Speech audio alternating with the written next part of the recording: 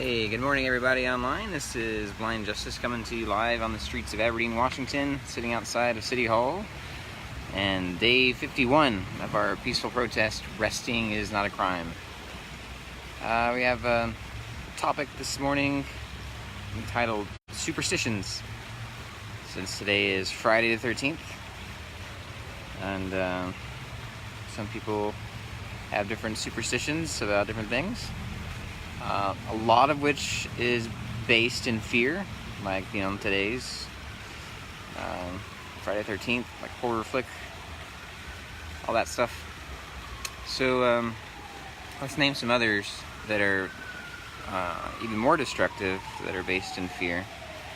And one of them is this thing that's behind me, City Hall, and that's the superstition that a lot of people have that they say that the government is here to protect them or here to help them, and that's actually not the case. That's not the reality, right? And that's a superstition. So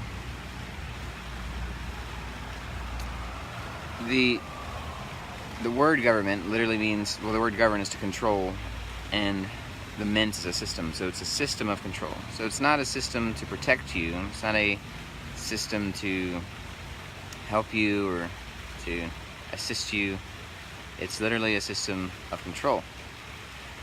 And what's interesting is that when we have discussions or we go to council meetings and the council or somebody, a city official, speaks and they use the term the city of Aberdeen, they're not necessarily talking about the city of Aberdeen like a member of the community, a member of the public would talk about the city of Aberdeen. They're not talking about it as a location where people dwell and work. They're not talking about it in that sense. They're talking about, when they say the quote city of Aberdeen, they're talking about a corporation, the City of Aberdeen Incorporated. Okay? So this kind of shows a little bit of, the breakdown. A lot of people have this superstition that the government's here to help, the government's here to protect, and actually it's a company, and it's one of the dominant companies in the area. Actually, it's the dominant company in the area because it tells other companies what they can and can't do in this area, right? It has different monopolies on different things, like the utility services and transportation services, like the roads and things like that, and the parks. So it's a system of control. That's what government is, and that's what government has always been. And to say that it's an entity or something that is to protect you is superstitious. It's not based in reality. It's not based in fact.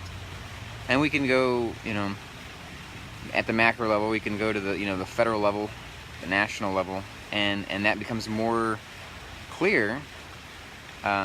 If you're open to recognize your superstitions, it becomes more clear. If you're stuck in the superstition, no, government's great, government's here to protect us, and it's all about our freedom. The reason we send troops overseas to kill people is for our freedom.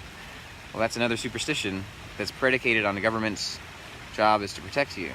And sending troops to another country, to another place, across an ocean to kill people doesn't make you more safe. It doesn't give you more freedom. It actually has done the opposite of that, right? It's escalated the situation in the world where, with U.S. troops invading countries and killing people, destroying infrastructure, destroying families, destroying lives, terrorizing people, that a lot of people around the world now have an animosity, have anger, and have desire to injure or hurt people from this side of the world, where they probably didn't have that beforehand. So, and you're actually less free, you're actually less safe because of that, because now there actually are people who want to hurt you. But even though they want to hurt you, they don't necessarily have the means to do it. right? So even though they make a video and threaten to hurt you, doesn't necessarily mean it's a credible threat. That's part of threat assessment, threat analysis, right? So that's just breaking down some superstitions today. So how you're less free is, for instance, like the Patriot Act, and you have different things where now the U.S. government gave itself permission to spy on you, collect your data, do all kinds of stuff, pat you down, like frisk you, fill you up at the airport, you know, and in the name of your freedom. Like, I'm making you free by violating your privacy and touching your body and, you know, reading all your emails, and like, that's not, no, that's, you're less free because of that. So that's a superstition, right? What other superstitions? Well, there's a book written by Larkin Rose, and maybe I can get someone to link it in the comments. It's actually titled The Most Dangerous Superstition. And he talks about, the most dangerous superstition that he talks about is the superstition or belief in authority, right? So you believe that somebody does some special act, or says some special words, or they do some ritual with some other people that have some special titles attached to their name, and then that confers some special magical powers called authority to this person, and then they now have the ability to do things that every other person can't do. For instance, everybody, I think, agrees that you and I, the average person, doesn't have the right to shoot somebody, to point your gun at somebody, to stop somebody in traffic and then demand money from them because they weren't driving their car the way you like, or you felt it was unsafe. So I think we'd all agree that you and I don't have the right to do that. In fact, it's not safe for you to do that because you're causing violence, you're causing disruption and disturbance, and you're violating people's rights violently. But if you put on a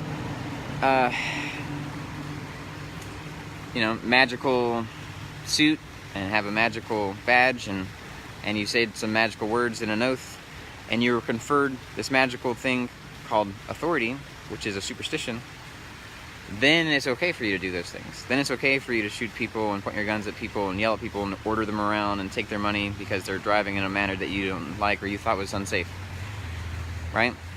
So it's an interesting book. Hopefully we'll get a link in there. It's called The Most Dangerous Superstition by Larkin Rose, and he really goes into that idea of authority. That's just one example I just gave, but it's everywhere. To think that there's people in here, the mayor or the city council, that have this magical thing called authority, this superstitious thing, and then because they have it, they can make laws that dictate your life, that says what you can and can't do, where you live, in your own house, is just a false reality. It's a superstition. So hopefully you'll investigate some superstitions today, Friday the 13th. Start to debunk some of those things that you've been blissfully unaware of, and hopefully help you live free and more peaceful and more engaging in your community. And just because, and warning, fair warning, it's like the Matrix, the red pill. It's a bumpy ride at first, and when you start to wake up and see these superstitions that you've believed that are destructive, that you've been a part of, that you perpetuated, the violence and suffering that you've been contributing to, it's hard to swallow. It's hard to wake up and acknowledge that you've been a part of that system, that superstition.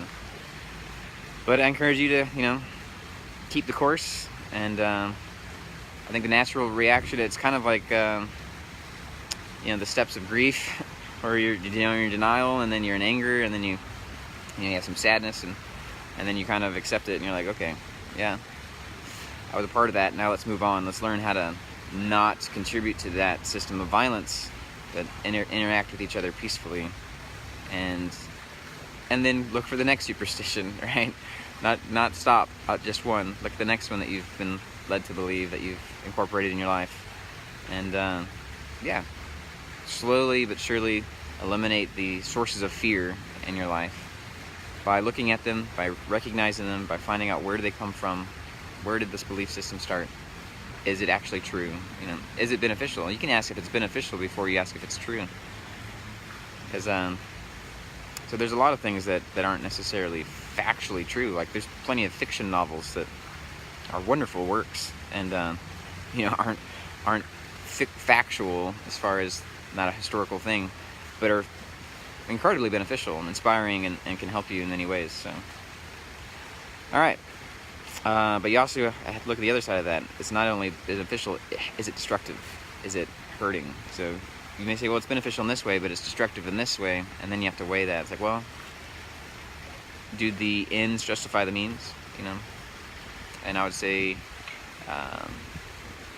no. I say the ends probably don't justify the means in about 99% of everything, because there's a way of getting to the ends and